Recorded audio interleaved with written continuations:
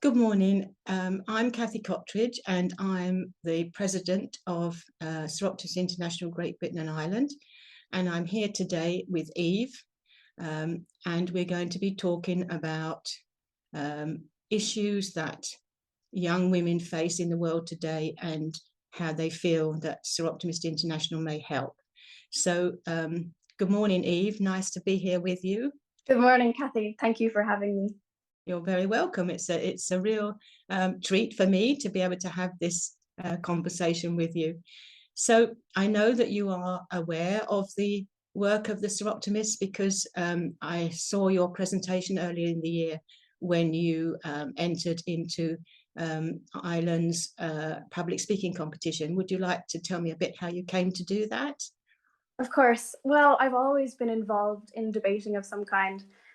Ever since I was in primary school, I did team debating and I did a bit of Irish debating actually over the past number of years. And then my teacher brought to me this idea of entering the Soroptimist public speaking competition. And I thought it would be a fantastic way to convey my opinions on topics that are very close to my heart, such as female empowerment. Wonderful. And as I say, it was a superb entry, and I know that you won the competition, so very well done. Thank And you. it was very impressive. So moving on from that, what do you feel are particular issues in today's world in relation to young women and where they fit in it? What do you see as the issues that concern you? Well, yeah, four spring to mind for me. I think education is crucial. Democracy, there are strong links between democracy and gender equality, and the negative effects that COVID-19 had on gender equality and also patriarchy. They're the four that stand out in my mind that are troubling us today. And do you actually engage in debates around this at school? Is that something that happens? Yeah, we do a kind of a competition called Concern that talks about global problems such as this as well. Okay. And is there anyone that particularly stands out for you that you feel we could make progress with? Would you see, being familiar with the work of Soroptimists, how would you see them being able to help with these issues going forward? Well, I think from my personal experience with the public speaking competition, Soroptimists are doing a truly fantastic job of inspiring conversation among young women about topics that we don't usually have the opportunity to talk about. You know, female empowerment is so important. We talk about friendship, we talk about climate change. Those topics are so prevalent in our society today. And I think Soroptimists are providing a great platform to promote discussion on topics like this. So you're doing a great job. Thank you. So what are your plans? Are you actually finishing at school this summer? What are your plans going forward? Well, I'm actually quite young. I'm only 16, so and I'm a very indecisive person. So I can't even decide what I want for my breakfast, let alone what I want to do in my future. But yeah. Would you like it to, do you think, to be in those areas of, as you've said, about empowering women? Is that obviously something very dear to your heart, isn't it? Yeah, it's something really important to me. I'm very passionate about it, and I think because there is so much yet to be done, I would like to be involved in the process to make a few more steps forward in the future. And would you see yourself setting up any sort of debating groups? Have you got other like-minded friends that feel the same?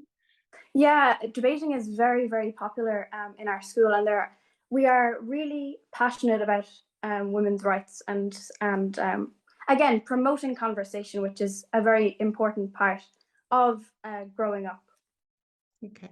And do you find that the boys in school, do they engage in the same way? Where do they sit in this? I'm actually in an all-girls school, so Okay. So then outside of school, do you ever engage in any debates with young men about what they feel about the world that we're in? well, not really. I've kind of been doing a lot of speeches lately, so I haven't been really able to engage in debate of some kind. But I know from all the men around me, they're very, very invested and supportive of this movement. Okay. And so what are the speeches that you've been doing? What have they been about? So the topic that I chose actually for the Soroptimist competition, it was based off a Michelle Obama quote that says, "No country can ever truly flourish if it stifles the potential of its women and deprives itself of the contributions of half its citizens." So that's what I chose to speak about for the Soroptimist public speaking competition. And as I said, it was superb. Thank you. No, thank you. So is there anything else that you would like to introduce into the conversation now, going forward? Well, I think the topic of education is so crucial. And what we're learning from around the world is that if women are educated, their families, their communities, and their nations can even flourish.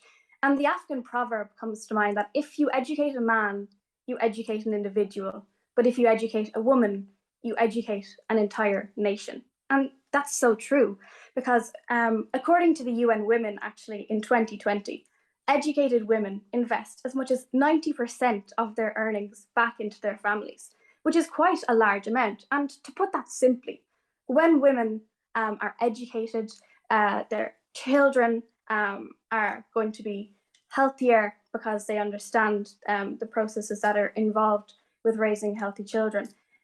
Also, half of the economic growth over the past 50 years is attributed mainly to girls having better access to education. And these statistics, they really do tell the same story, that education is our superpower.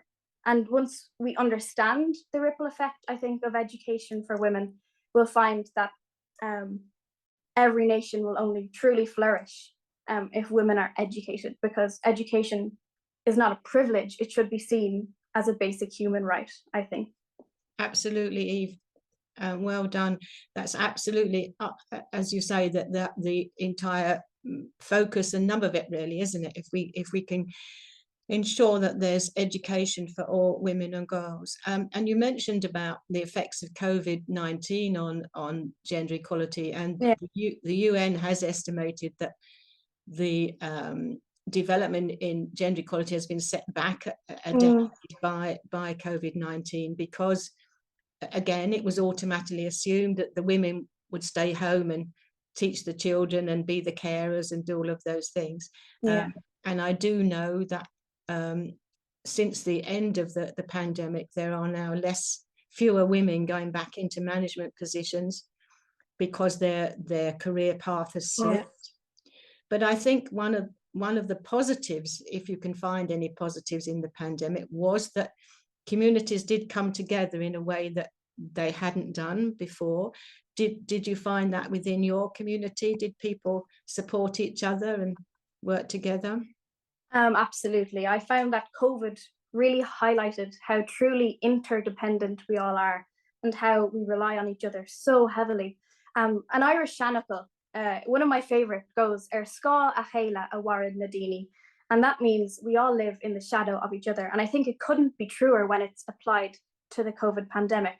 And I also think that because of COVID-19, we saw the value of women in society, because women were not only the hardest hit by the pandemic, but they were the backbone of its recovery. For example, frontline healthcare workers, 7 out of 10 frontline healthcare workers are women. And that is quite a staggering statistic. 7 out of 10, 70%. And I thought that's just fantastic, because, you know, they really played a disproportionate role in responding to the virus. Absolutely. Thank you. Okay, well, it's been an absolute pleasure talking with you, Eve. I hope we get to meet again. I don't know if you know, we have our annual conference, which will be in Belfast in October. And I don't know, I hope we will see you there. I will see if we can arrange just to meet with you there. That would be wonderful. But whatever, I wish you very well for the future, and it's been a real pleasure talking to you. Thank you. Thank you. Thank you for having me. Thank you. Take care. Bye-bye.